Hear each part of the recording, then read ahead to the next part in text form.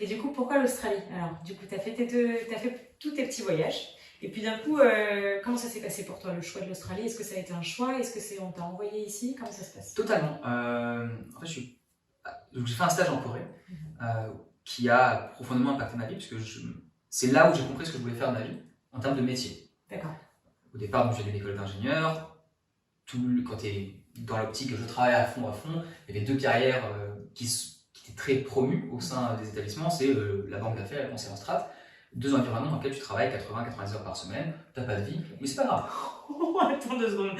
90 heures par semaine? Oui, bien sûr. Alors qu'on est en train de se plaindre pour les 35 heures en ce moment. D'accord. Oui, mais les salaires ne sont pas les mêmes, les opportunités non plus, Oui, mais je travaille avec que des personnes qui sont... Ça, c'était en Corée? Non, ça c'était en France, c'est des opportunités que tous mes meilleurs potes ont fait ça. Waouh, ok. 90 heures par semaine? Oui. D'accord. C'est pas, tu sais, tu travailles 10 heures par semaine, tu travailles le samedi aussi, le dimanche, tu travailles une partie, tu peux faire aucun plan, ils peuvent t'appeler, enfin, ouais. Ok. Et ça te plaisait? C'est ce que je voulais faire, moi, je pense. D'accord. Bien sûr. Okay. Parce que c'est là où tu te dis que tu vas travailler sur les problèmes les plus complexes qui puissent exister pour un jeune qui sort d'école, tu vas rencontrer des directeurs d'entreprise, des CFO, tu vas avoir des actions qui vont impacter à grande échelle, donc t'es super content. Tu vas découvrir des choses super intéressantes et grandir très vite. Ouais. Et exactement. Et tu vas te retrouver des gens qui veulent vraiment bosser énormément, donc tu te dis c'est super bon. C'est ce que je pensais faire, je ne remettais pas trop en question le rythme. Donc le bonheur à ce moment-là était vraiment une notion qui ne m'intéressait pas forcément en fait, même, enfin, tout simplement. Parce que j'avais eu la chance d'être plus ou moins heureux sans me rendre compte avant, donc quand j'étais là-dedans, je me disais ah ouais, c'est pas grave, pas avoir de vie, on va travailler.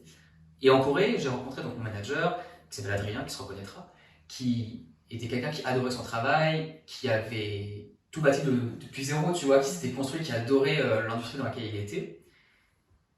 Il avait une femme, il était heureux, il avait des enfants, il voyageait en expatriation de pays en pays, et il avait une vie.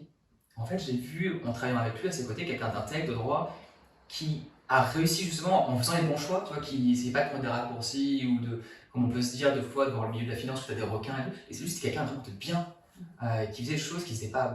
Et pourtant, qui travaillait 50 heures par semaine, on va dire, mais qui avait une vie à côté, qui pouvait prendre des week-ends, qui voyageait, qui était super heureux. Et je me suis dit, mais en fait, ce sur quoi il travaille, on n'en parle pas forcément à l'école, c'est pas ce qui est le plus mis en avant. Mais c'est hyper intéressant d'avoir un métier technique comme ça, d'ingénieur, et ça te permet de voyager n'importe où dans le monde. Donc, je me suis dit, bah ok, c'est ce que j'ai envie de faire. Et à ce moment-là, quand j'ai pris cette décision, après quelques mois dans le stage, je me suis dit, où est-ce que je veux aller? Alors, il se trouve que j'ai beaucoup de difficultés avec les langues, même si j'essaie de les apprendre avant de partir. C'est extrêmement difficile pour moi d'apprendre des langues. Pour te dire, genre plusieurs, du coup? Anglais, et puis après, j'avais les bases en suédois et en coréen. Enfin, en suédois beaucoup moins bien, coréen plus, ça c'est ma troisième langue, et puis après allemand un peu. Mais j'étais nul en langue toute ma vie, genre j'ai eu 9 au bac en anglais, j'ai travaillé, c'était la matière que j'ai pu travailler en prépa, j'étais vraiment nul. Et donc, je voulais faire un truc dans un pays en anglais, parce que ça allait être trop dur pour moi d'être... Enfin, si je me fixais un autre pays, genre la Corée, j'y restais toute ma vie parce que je pouvais pas prendre une autre langue derrière. Enfin, vraiment, ça aurait demandé trop d'efforts. Donc j'ai choisi, ok, pays anglophone, puis après, tu fais la liste de tous les pays anglophones, tu regardes la qualité de vie, il en restait 2 à la fin, Canada, Australie. Et puis j'avais le rêve de faire du surf le matin, et je me suis dit, bon, ben, ça pourrait être cool quand même de vivre à la plage, de faire du surf, et j'ai décidé de partir pour l'Australie après mes études. Avant d'avoir reçu mon diplôme, j'ai raté la cérémonie, je suis parti juste après la fin des examens. Est-ce que tu avais un travail qui t'attendait ici? Non, il y avait... T'es vraiment parti je suis parti, que tu t'es dit, je veux partir dans un pays anglophone, faire du surf? Non, je voulais le rêve australien. Je suis parti en Corée, donc c'était mon stage de césure. Il me reste encore 1 an d'études après, où j'ai fait mon master. Et je cherchais pendant 6 mois un stage en Australie. J'étais à Sadon-la-Gorin, j'ai pas réussi pour diverses raisons. Je suis parti dans une boîte qui faisait des mines, donc je suis parti un peu en France et au Soudan. Et après, à la fin, je leur ai dit, bon, vous avez des mines en Australie, c'est pour ça que je suis venu chez vous. Est-ce que vous m'envoyez en Australie dans vos mines? Et en fait, non, on t'envoie au Soudan si tu veux. Parce qu'il n'y avait pas de mines. Rien à voir. C'était la même chose d'un point de vue boulot. Oui, mais c'est différent en termes de... oui, quoi. Absolument. Oui. Moi, je leur ai dit, écoutez les gars, si vous avez un poste en Australie, ok, mais sinon, je ne veux pas. Ils en ont eu un 10 mois plus tard, ils m'ont appelé, mais j'avais eu un job en Australie depuis.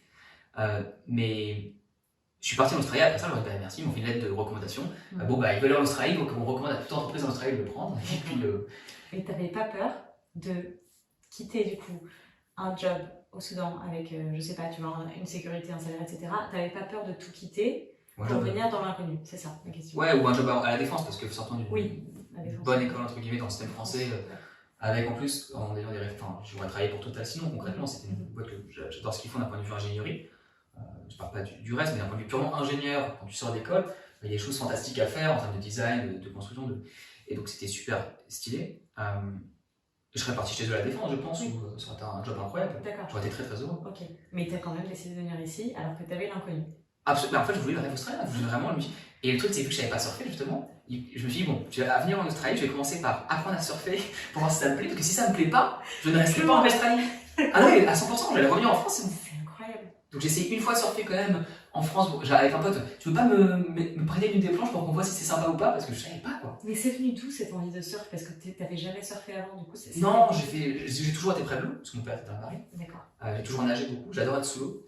J'adore être dans l'eau, je m'amusais en prépa. Le seul sport que je faisais, c'est j'allais le dimanche matin à la piscine 1 heure, qui était en face de chez moi. J'ai toujours été dans l'eau 1 à 2 fois par semaine depuis que je suis tout petit, et donc je me suis dit, bah, j'ai sûrement aimé le surf. J'avais fait du bodyboard avec mon père à La Réunion quand j'étais petit. J'avais grandi un peu là-bas.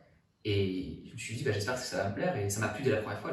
La première session avec lui, j'ai pris une vague, mais j'étais debout, une vraie vague. Et après, je me suis dit, bon, bah, c'est bon. J'aimais bien me faire casser la gueule dans l'eau. Et du coup, tu as décidé de rester et de trouver un boulot. D'abord, j'ai fait 6 mois où j'ai appris à surfer. Puis après, j'ai commencé à dire, ok, j'aime bien le surf, j'arrive à me lever, à faire ce qu'il faut. Donc maintenant, je cherche un travail et essayer de rester en Australie. D'accord, donc tu as fait 6 mois sans boulot, entre guillemets. Sans boulot, alors petit boulot, bien sûr, les aventures. J'avais quand même pris mon CV déjà qui était prêt à l'époque, à une veille, j'avais fait des entretiens et je faisais du networking au fur et à mesure. Okay.